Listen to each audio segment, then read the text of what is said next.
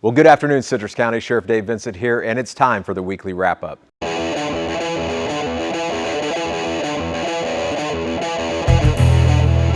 This week, our dedicated communications officers have been hard at work answering 3,390 calls for service. While our deputies have been busy patrolling our county, they've made 752 traffic stops, issued 220 citations, and made 81 arrests. As spring break comes to a close, let's all remember to slow down in those school zones next week and to stay alert for pedestrians and bus stops. Speaking of spring break, many of our county youth were working hard this week at the livestock show, and that included some of our own team member children who have been showing livestock and competing in various events at the fair this week.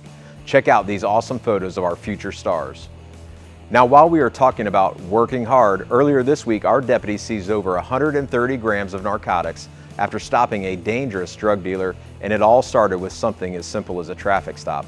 Unfortunately, 32-year-old Dennis Anthony Paris Francis thought he could outrun the law by speeding down residential streets and blowing through stop signs. Eventually, Perry Francis stopped in a driveway, but he quickly got out of his vehicle and ran straight into a tree. And he wasn't done there. Perry Francis then got up and started tossing items from his pockets as he ran away from our deputies, before eventually stopping and complying with verbal commands from deputies. K9 Cairo came in and assisted with the following charges: trafficking in fentanyl, trafficking in methamphetamine, possession of cocaine, possession of marijuana, tampering with evidence, and possession of drug paraphernalia. A big shout out to Deputies Houghton, Knight, Danner, and of course, K9 Cairo for their hard work for keeping our community safe from these harmful drugs. For those of you that are looking to give back to your community, mark your calendars for tomorrow, Saturday, March 29th.